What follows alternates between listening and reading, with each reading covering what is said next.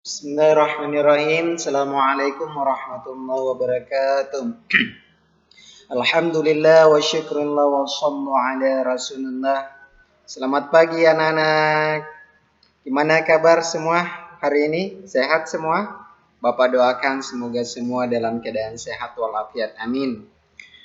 Anak-anak sekalian yang saya cintai dan saya banggakan, pada hari ini Bapak akan menjelaskan materi tentang pendidikan agama Islam dan budi pekerti. Materi pada kelas 3, kelas 12, semester ganjil, yaitu tentang indahnya membangun mahligai rumah tangga. Ini berada pada KD 3.6, yaitu menganalisis dan mengevaluasi ketentuan pernikahan dalam Islam. Yang kedua, KD 4.6, menyajikan prinsip-prinsip pernikahan dalam Islam.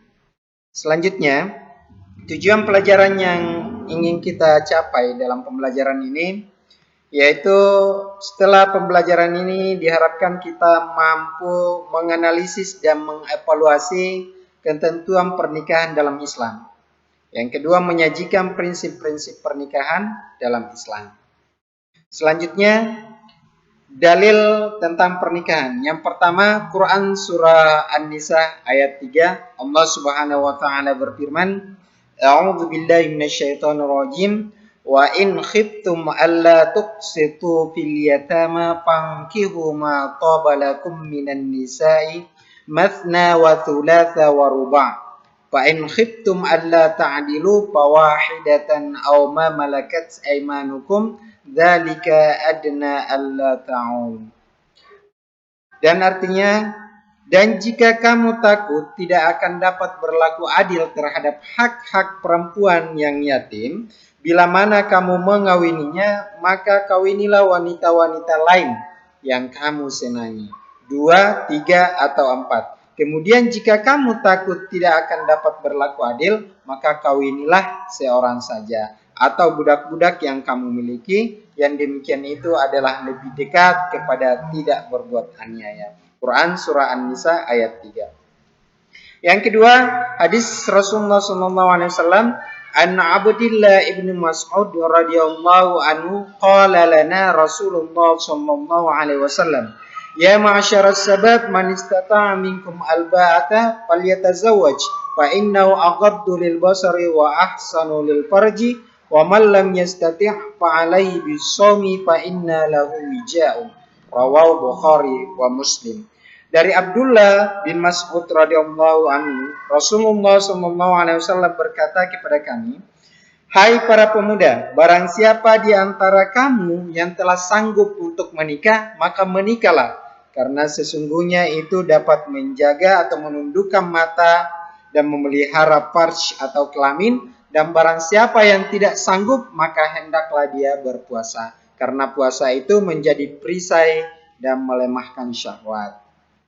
Selanjutnya anak-anak sekalian, yaitu hadis dari Rasulullah SAW, an Abi Hurairah radhiyallahu anhu anin Nabi sallallahu alaihi wasallam qala tunkihul mar'atu li arba'in limaliha wa li hasabiha wa li jamaliha wa li diniha fadhfar bidzatid dini taribat yadaka.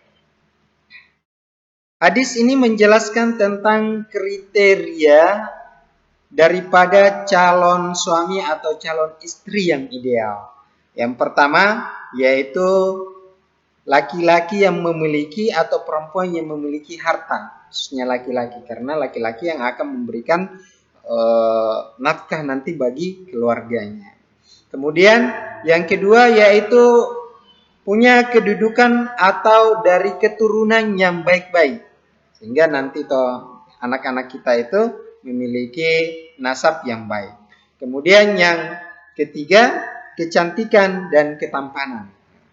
Ini kalau suami kita atau istri kita cantik, maka insya Allah nanti akan menurunkan anak-anak yang tampan atau cantik pula. Kemudian yang terakhir, yaitu memiliki agama yang baik, yaitu dalam hal bagaimana dia melaksanakan agamanya, kemudian mental dan akhlak atau perilaku tata keramanya itu baik. Selanjutnya, hukum pernikahan. Hukum pernikahan menurut mayoritas ulama kita atau jumhur ulama menghukumi bahwa pernikahan itu hukumnya mubah atau jais. Kemudian tergantung nantinya bagaimana kondisi atau keadaan orang yang menikah itu. Yang pertama adalah jais atau mubah. Artinya dibolehkan. Ini bagi orang yang mampu dan aman dari fitnah. Yang kedua wajib, yaitu bagi orang yang telah mampu, sanggup menikah dan dikhawatirkan apabila dia tidak menikah, maka akan terjerumus kepada fitnah atau persinahan. Kemudian yang ketiga adalah sunat. Sunat ini bagi orang yang sudah mampu untuk menikah dan dia sudah mau menikah, punya bekal untuk menikah, tapi dia tidak dikhawatirkan akan melakukan perzinahan ketika dia tidak menikah. Kemudian yang keempat adalah makruh, yaitu bagi orang yang sudah mampu untuk menikah, punya keinginan untuk menikah, namun belum memiliki atau belum mampu untuk menafkahi keluarganya nantinya. Kemudian yang terakhir adalah haram. Haram bagi orang yang mau menikah dan dia justru memiliki niat atau rencana yang tidak baik daripada pernikahannya. Misalnya dia mau menyakiti calon istrinya atau mau balas dendam kepada perempuan yang akan dia nikahi. Kemudian selanjutnya tujuan pernikahan. Tujuan pernikahan ada beberapa. Yang pertama, untuk memperoleh kebahagiaan dan ketenangan hidup. Ini bisa kita lihat dalam Quran surah Ar-Rum ayat 21. Kemudian yang kedua, untuk membina rasa cinta dan kasih sayang. Nah, ini juga terdapat dalam Quran surah Ar-Rum ayat 21. Kemudian yang ketiga, untuk memenuhi kebutuhan seksual yang diridhoi oleh Allah Subhanahu wa taala. Jadi di sini perlu kita pahami bahwa di dalam Islam satu-satunya ikatan antara seorang laki-laki dan perempuan yang dibenarkan adalah ikatan pernikahan. Kemudian yang keempat, untuk melaksanakan perintah daripada Allah Subhanahu wa taala. Bisa kita lihat pada Quran surah An-Nisa ayat 3. Yang kelima, mengikuti sunnah Rasulullah SAW. Sebagaimana hadis yang diriwayatkan oleh Bukhari dan Muslim. An-nikahu sunnati, faman raghiba an sunnati falaisa minni, rawahul Bukhari. Nikah itu adalah sunnahku. Barang siapa yang tidak senang dengan sunnahku, maka bukan dari golonganku, kata Rasulullah SAW. Kemudian yang keenam, yaitu untuk memperoleh keturunan yang sah. Quran surah Al-Kahfi ayat 46. Selanjutnya, rukun dan syarat pernikahan. Rukun dan syarat pernikahan. Pertama, rukun nikah. Rukun nikah yang pertama ada calon suami. Yang kedua ada calon istri. Yang ketiga ada wali. Ini wali dari perempuan yang akan menikahkan. Yang keempat ada saksi 2 orang. Yang kelima ada ijab dan kabul. Selanjutnya syarat nikah. Pertama, syarat nikah untuk calon suami. Yang pertama, beragama Islam. Jadi kalau beda agama, ini boleh.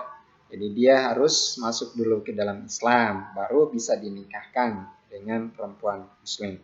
Kemudian yang kedua, atas kehendak sendiri. Jadi tidak boleh kalau dipaksa. Ini harus atas kemauan sendiri.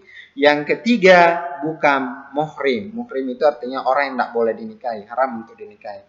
Kemudian yang keempat, tidak sedang ihram atau haji. Kemudian syarat untuk calon istri, pertama, beragama Islam, tidak terpaksa, bukan muhrim, tidak bersuami, dan tidak sedang dalam masa iddah atau masa penantian bagi perempuan yang sudah dicerai oleh suaminya. Kemudian tidak sedang ihram haji atau umrah. Yang ketiga, wali.